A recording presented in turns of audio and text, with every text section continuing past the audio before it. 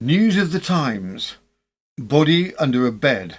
The 1920 murder that shook Little Marlow. Welcome to News of the Times. When police forced their way into a silent riverside cottage in Little Marlow, they made a horrifying discovery. The body of a young woman wrapped in a sheet and hidden beneath the bed. Within hours, her husband, a self-proclaimed music tutor with a curious trail of newspaper adverts, was arrested at a railway station. But was it murder, madness, or a deadly lesson in deception? In this episode, we follow the strange and unsettling case of Kate Lilian Bailey, a quiet wife with a small child, and the man who promised melodies but delivered mayhem, featuring poison, false identities, and one very sinister Academy of Music. And in today's Further Particulars segment, we step away from the grim details of the murder to look at the case's lasting legacy. It marked the first time that women served on a jury in a British murder trial. Faced with poison, scandal, and uncomfortable evidence, these three women were expected to flinch. Instead, they helped change history. So if you enjoy true crime with a historical twist, don't forget to like, subscribe, and share.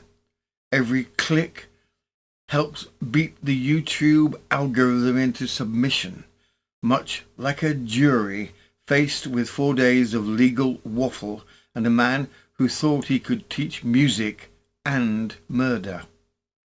So, put the kettle on, get comfortable, or grab some popcorn if you're feeling dramatic, and settle in for a tale of poison, deception, and a rather unfortunate music tutor. This is News of the Times. Let the case unfold. Background.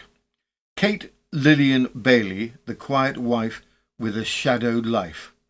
Kate Bailey was just 23 years old when she was found dead beneath the bed at Barn Cottage in Little Marlow. Described as a timid, rather prepossessing young woman, she had recently moved to the quiet riverside village with her husband and small child. Neighbours barely knew her. She kept to herself, rarely venturing beyond the short walks with her husband. To those who did speak with her, she seemed gentle and reserved. Originally from Plaistow, she had married George Bailey at Brixton Registry Office 4 years earlier. The pair had one daughter, a little girl of 4, who would be sent away to live with relatives just days before the discovery of Kate's death. George Arthur Bailey, the whistling milkman with a musical scheme. 35-year-old George Arthur Bailey had the appearance of an unremarkable village dairyman, short, thick-set, and composed even under arrest, but beneath the surface, Bailey styled himself as a man of grander talents. He claimed to be a music tutor with a revolutionary notation system and had begun advertising in local newspapers for refined young women to assist him with manuscript work.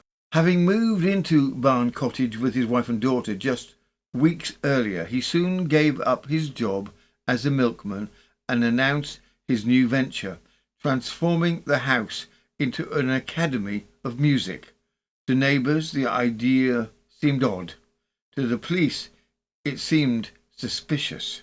After reportedly staying home for a week with a vague claim of illness, Bailey took his daughter to his sister's home in Swindon and then disappeared until police found him at Reading railway station, calm and smiling, just hours after they discovered Kate's body. Throughout the trial, Bailey showed little emotion, but the case against him grew steadily darker, with allegations not only of poisoning but of attempted seduction of other women while his wife lay dead in the house. We begin, as these stories often do, with silence. A riverside village, an ivy-covered cottage, a young wife who hadn't been seen for days.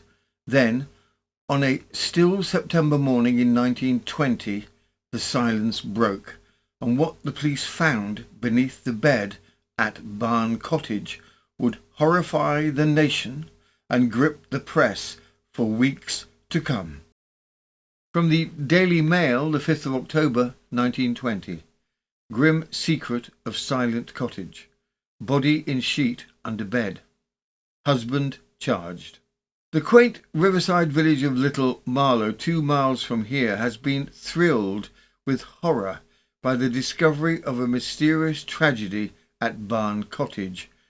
Creeper clad over its whitewashed bricks and old timbers, nestling in a lay-by near the village church.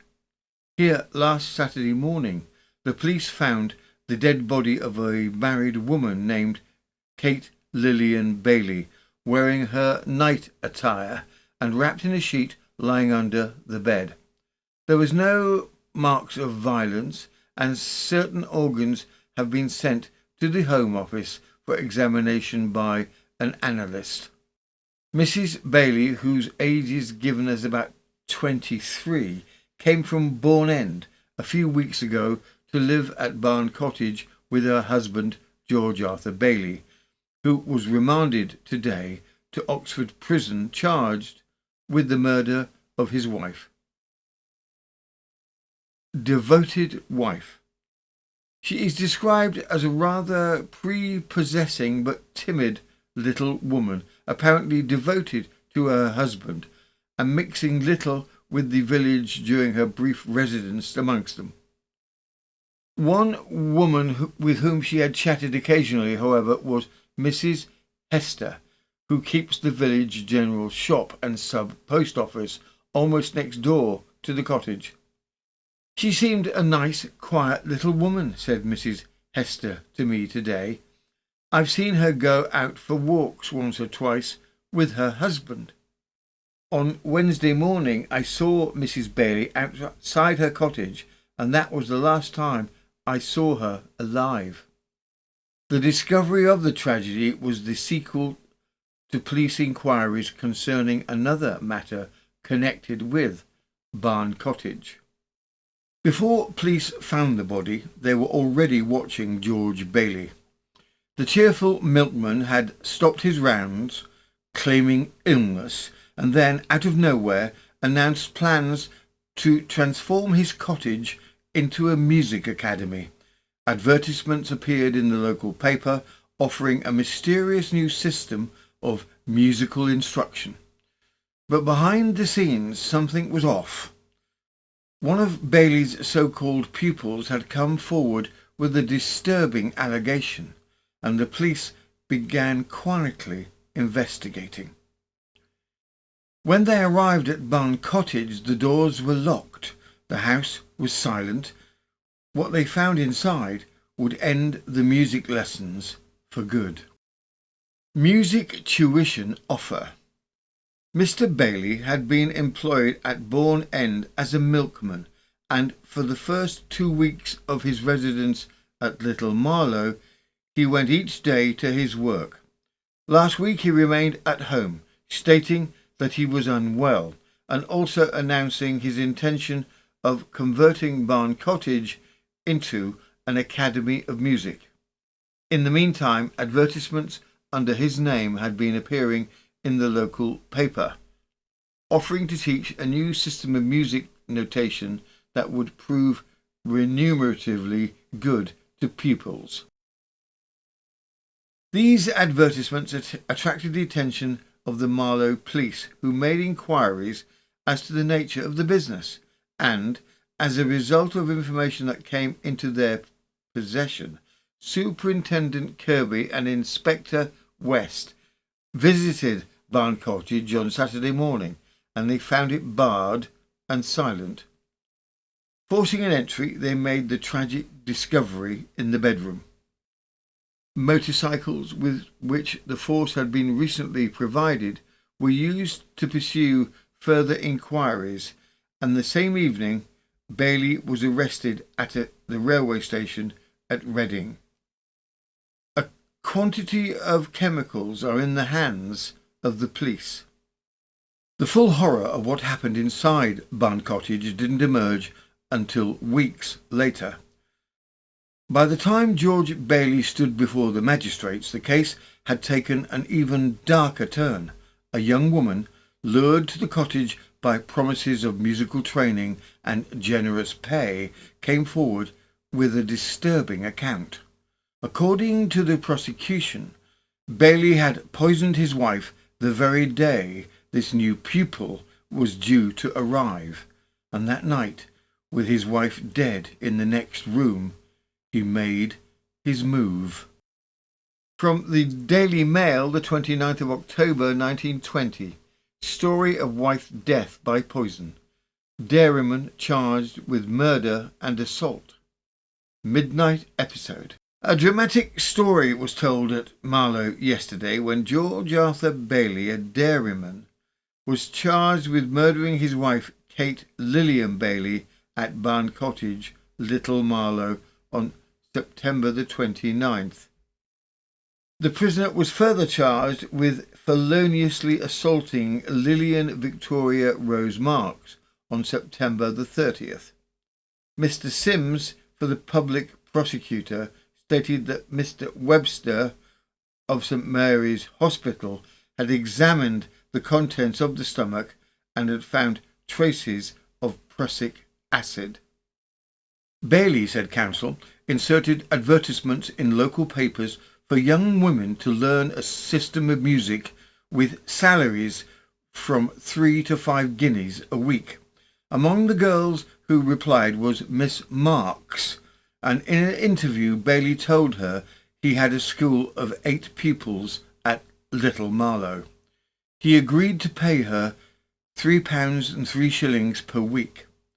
As she lived some distance away at High Wycombe, she was to arrange to stay at Bailey's house 2 nights a week.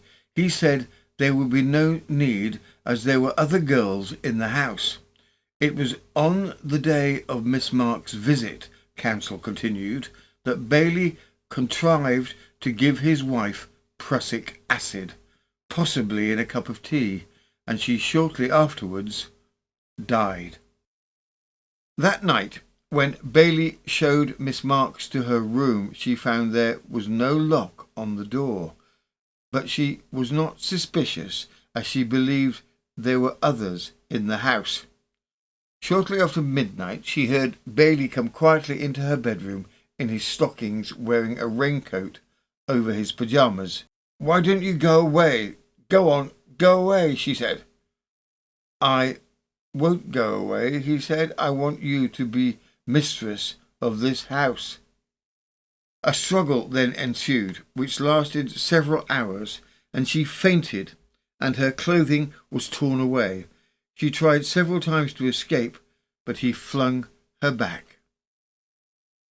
Screams heard by neighbours. Her screams were heard by the people in the post office, who said they took them to be those of the screech owl. In the morning, she went to the house of Congregational minister, who sent her home. Mr. Sim read an extract from a letter stated to have been found on Bailey when he was arrested. It was addressed to the coroner and via the police. Extracts from the statement. "I had my darling die on Wednesday, September the 29th at 7:15 p.m. I have waited my fate, and now I meet it. I should like our 2 bodies to lie together. I gave her strammotium first, and then hydrocyanatic. No blame on Marlow chemists." Mr. Stanley West of Marlow stated that he had supplied Bailey with 1 ounce of prussic acid on the statements of 2 doctors and a surgeon. As the case unfolded, George Bailey began planting a very deliberate narrative. He portrayed his relationship with Kate as tender and affectionate, hinting that her death had been the tragic outcome of a mutual despair. But investigators were unconvinced. Too much had already come to light. The chemicals, the false job offers, the young woman allegedly attacked the very night his wife died. And now, as the courtroom listened, Bailey's carefully chosen words seemed less like grief and more like groundwork for a defence. From the Daily Mail on the 30th of October 1920, Marlow Cottage Murder Mystery. Girl's story of 3 guineas a week offer. Wife's last words. The dramatic Bucks murder case in which George Arthur Bailey of Barn Cottage in Little Marlow is charged with poisoning his wife, Kate, was resumed at Marlow yesterday. The clergyman to whom Miss Marks went after a 7-hour fight for her honour while the dead woman lay under the bed in the next room was the first witness. Bailey, it is alleged, poisoned his wife with cyanide of potassium and on the same day brought Miss Marks to the house under the pretence of employing her in connection with the teaching of a system of music. The Reverend John D. Allen, congregational minister of Course End in Little Marlow, said Miss Marks came to his house early on September the 30th and complained to him of the treatment she had received at Barn Cottage, Bailey's home. We were very loving. P.C. Gray, who made the arrest, said Bailey was, when charged, made a statement in the course of which he said, Kit and I were in the garden on the Wednesday evening, September the 29th, and at about 5 p.m. we went indoors and had tea. Her last words to me were, You will have to come too. We were very loving to one another. I had already made up my mind what to do, but although I am an atheist, it came across my mind that we should be parted forever. On Thursday evening I locked the front door, took the child and went off. My intentions were to come back to Little Marlow on the Saturday. If this goes against me, I wish all my things at Barn Cottage to be burnt, except the pushchair. I want it to be given to my little girl. Bundle of letters. Inspector Kirby spoke of finding drugs and a bundle of letters.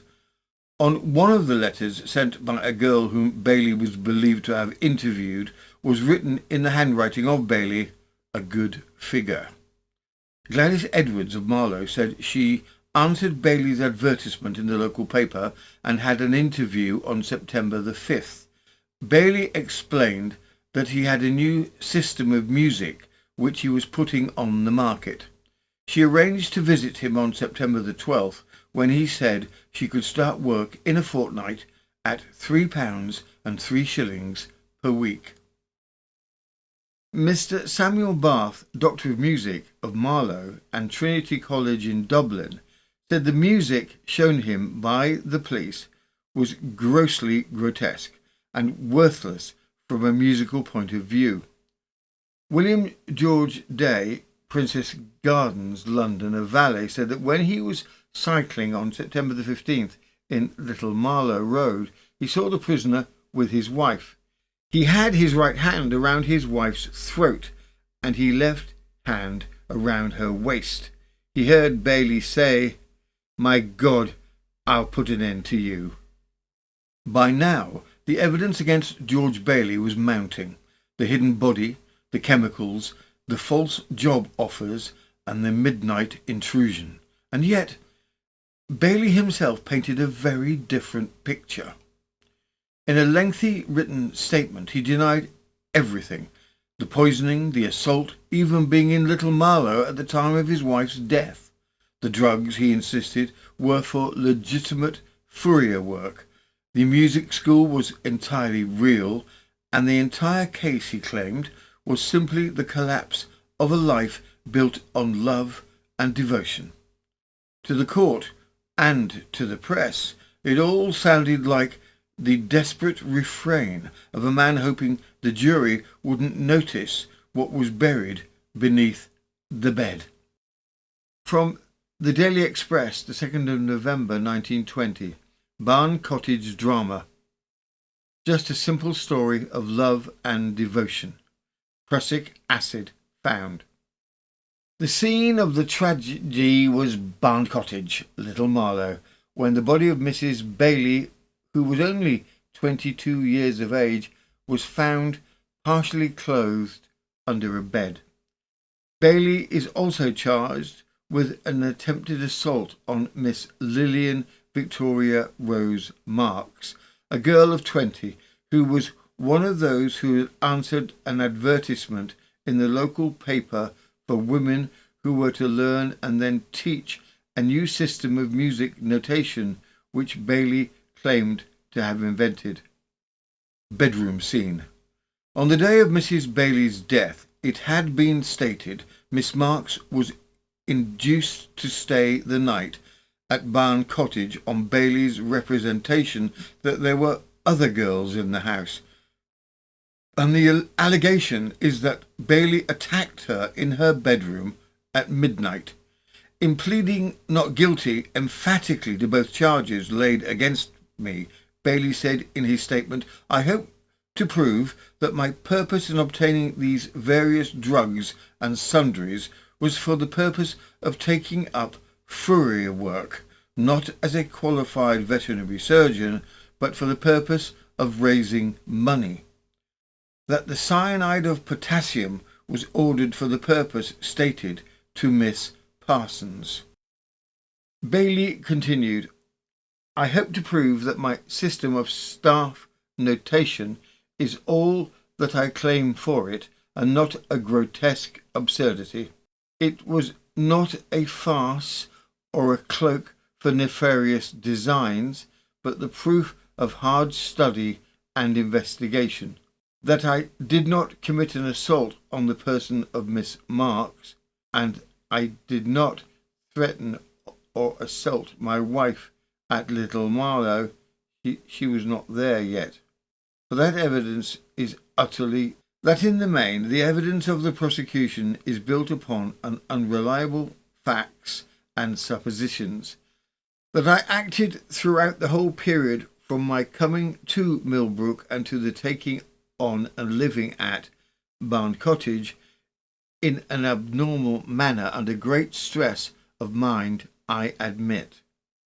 That this remarkable case as just a simple story of love and devotion on both sides, hardships and trials surmounted, triumphs within sight, and then disaster and collapse. Bailey's written protestations may have conjured a tale of misunderstood brilliance, innocent ambitions, and tragic romance, but the science told a colder story. The body showed no signs of natural death. There was no illness, no accident, only a sheet of stained nightdress and a faint but unmistakable odour of almonds. As the Home Office's most respected experts took the stand, including the formidable Dr. Spilsbury, it became clear that whatever Bailey claimed, the human body rarely lies, and the bottle found in his possession, it held enough prussic acid to kill 20 people. Odour of almonds.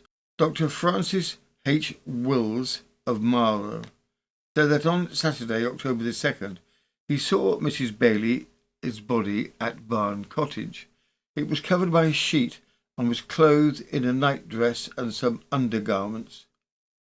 There was a red stained fluid about the mouth, and the right cavity of the eye was also covered by it. The fluid had an odour of burnt almonds and sulphur. There was nothing outwardly to account for death, and a post-mortem examination was made. Dr. John D. Dixon, corroborated this evidence generally, but said that personally he did not notice the smell of burnt almonds, although the smell of sulphur was well marked.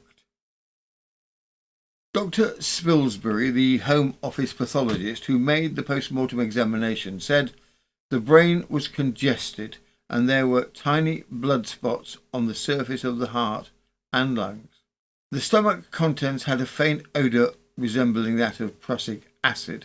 I found no natural causes of death. Dr. Spilsbury continued, but the state of the stomach and other appearances suggested the possibility that death had been caused by prussic acid poisoning. The strong smell of almonds is very characteristic of the poison. A fatal dose of prussic acid would be about 1 grain. Death might occur within 5 minutes and probably would take place within half an hour. A fatal dose.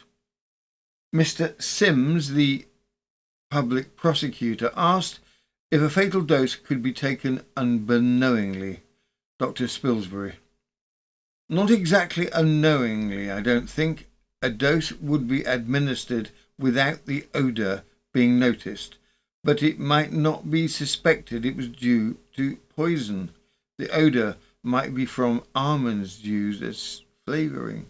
Bailey, cross-examining, asked what would be a fatal dose of 4% hydrocyanuric acid. Dr. Spilsbury responded, approximately half a teaspoon. Prussic acid is an extremely volatile drug, and it would be possible to administer it in tea.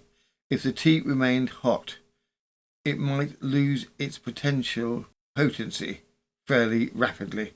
Mr. John Webster, the Premier Analyst to the Home Office, said he'd found 1/7 of a grain of hydrocyanuric acid in the contents of the stomach. That quantity was exactly consistent with the fatal dose having been taken.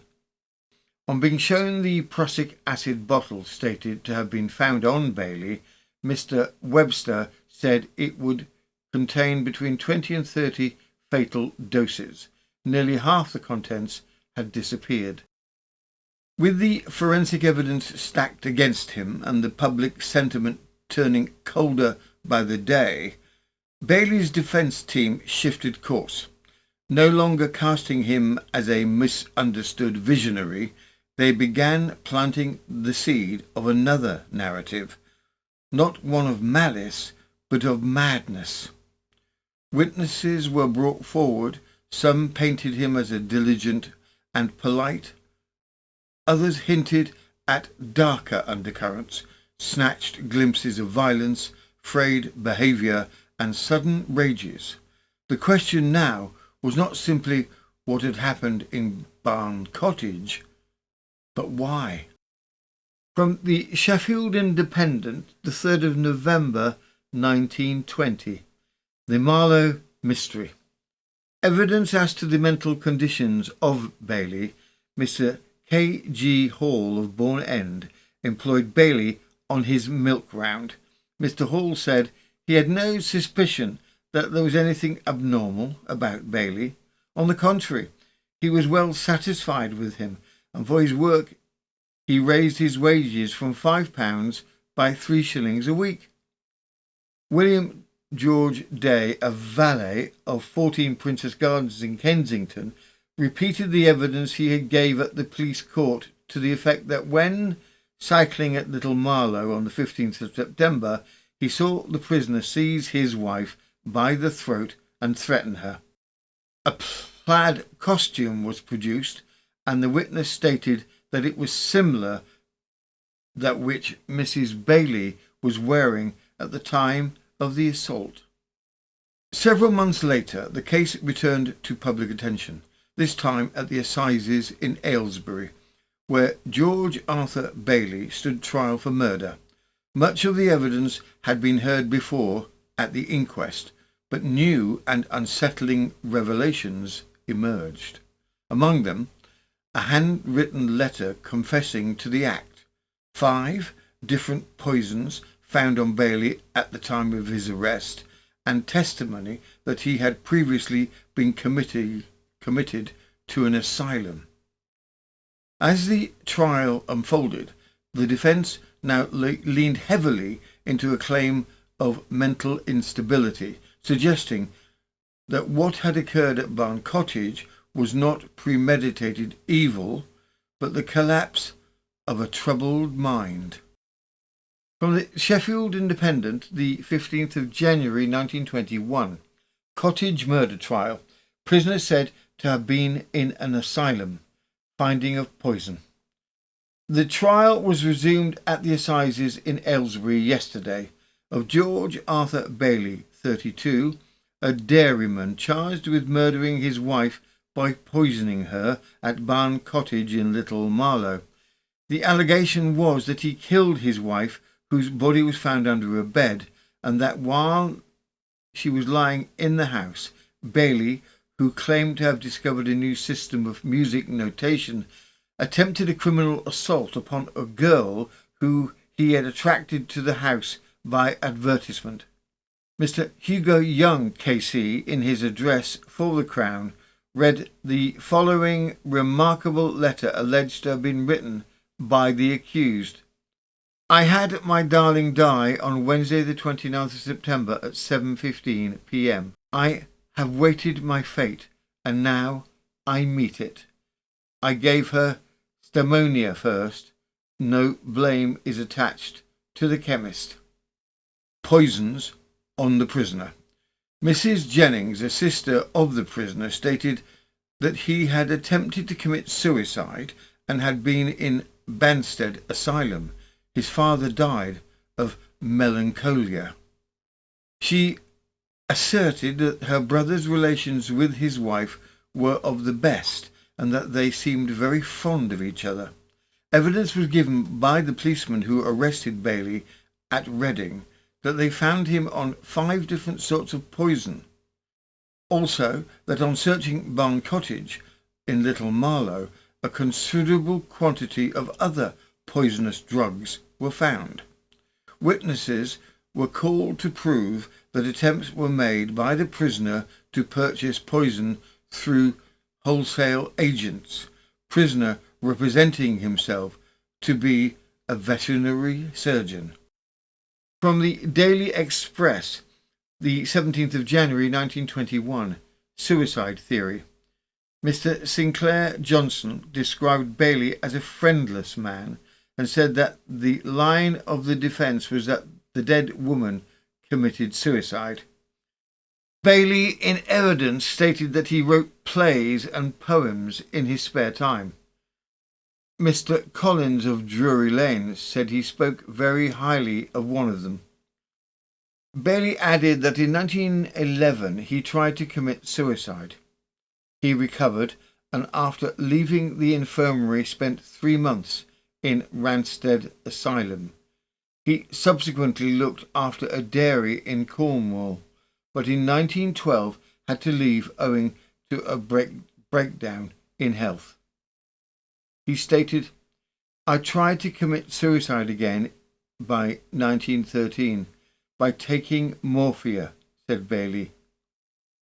The judge asks, do you and your wife ever agree to commit suicide together? Bailey replied, yes, 12 months after we were married. We thought everything was hopeless at the time I brought the poison. Despite the defence's attempt to cast Kate Bailey's death as a tragic suicide, or, failing that, to present George Bailey as mentally unwell and incapable of malice, the jury was not persuaded. After hearing weeks of evidence, including a chilling confession letter, physical proof of multiple poisons, and Bailey's own erratic behaviour, they returned a historic and unanimous verdict. For the first time in British legal history, women sat on a jury in a murder trial, and their decision would make headlines.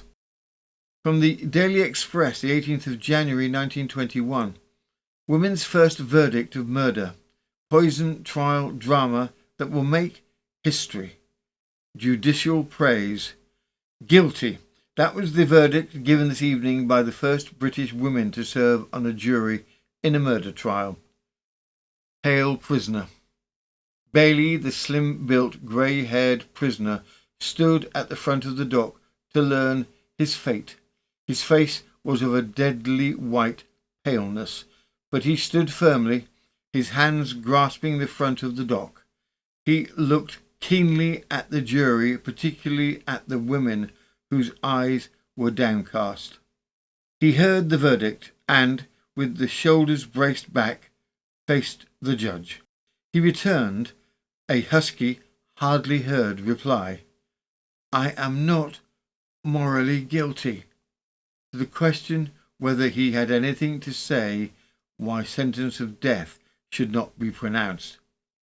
After the final scene, he walked firm down the stairs to the cells with the warders around him. In the weeks that followed his conviction, George Bailey clung to one final defence, that his wife had taken her own life, and that he was merely a broken man caught in the aftermath.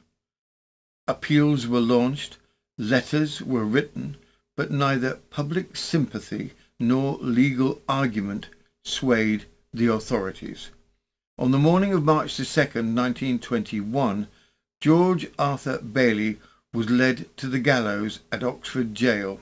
The executioner was John Ellis. The sentence was carried out. What began as an eccentric cottage project, a new life, a new system, a new future, ended with a young wife dead, a child orphaned, and the silent music teacher led to the gallows. From the Sheffield Daily Telegraph, the 3rd of March, 1921. Execution at Oxford. Marlow dairyman hanged for wife's murder. George Arthur Bailey, dairyman, was executed at Oxford Jail yesterday for the murder of his wife at Little Marlow. Ellis was the executioner. Bailey poisoned his wife and her body was found underneath a bed. After the murder, he attempted to assault a girl who was staying at the house and whom he had engaged in connection with a new music system which he declared he had invented. Bailey unsuccessfully appealed against the death sentence, declaring that his wife committed suicide. Further particulars. The George Bailey case made headlines for its grim and unsettling details, but it also made legal history. It became the first murder trial in Britain to include women on the jury. In 1921, this was no small development.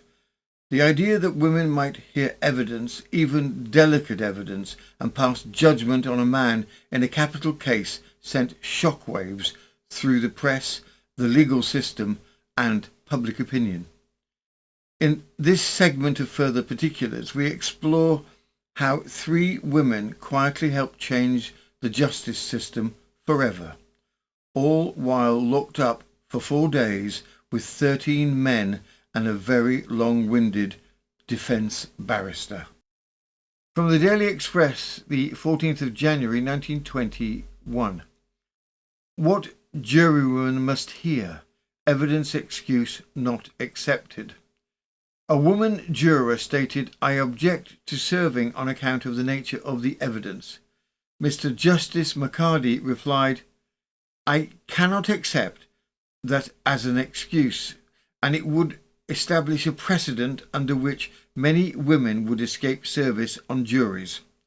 This important decision was taken while a mixed jury was being sworn yesterday at the Bucks Assizes for the Little Marlow murder.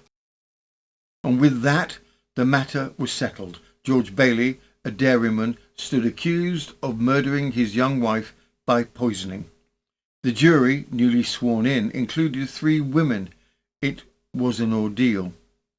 By the weekend, the women, along with their male counterparts, were locked up in deliberate quarters for 4 days straight, unable to return home, and during the trial, the issue of delicate passages arose again when the defence counsel hesitated to go into full detail while cross-examining a witness. But Justice McCarty cut him off with a pointed reminder. He stated, "If we are allowed feelings of delicacy to interfere with our arrival at the truth, we should all fail in our duty. I am quite sure the ladies of the jury will understand this, and that they desire to take their part fully in hearing all the necessary evidence." The women silently nodded. By the end of the 4th day, after hours of lengthy closing arguments and a judge who kept forgetting to say ladies and gentlemen, the mixed jury retired. Just 30 minutes later, they returned to a packed courtroom lit by gaslight and delivered Britain's first female-backed verdict of guilty in a murder trial. George Arthur Bailey was sentenced to death. All 3 women sat through the final moments, black cap and all, with unmoved faces and well-schooled nerves. Afterwards, the judge gave them a special praise, saying, "The ladies who have been sitting on the jury have shown the greatest care and attention to every detail. This country has provided a jury which has shown the greatest ability." Miss Polly Tack, one of the 3, later remarked, "To me, the greatest ordeal was the first entry into the court. Once the case began, we became more confident. We were looked after very well during our time under lock and key. It was a very interesting experience for me." The headlines were dramatic, but the legacy was quiet and lasting. These 3 women, seated among 13 men, helped set the precedent that women could and would uphold the law just as surely as any man. Now, this episode has reached its terminus. If dissatisfied with the journey, kindly direct all grievances to the scriptwriter, although reports suggest she boarded the 1043 to parts unknown and is unlikely to return before Michaelmas. However, if the ride proved agreeable, you are politely but firmly encouraged to like, subscribe and share before the signal drops and this train vanishes into the digital mist.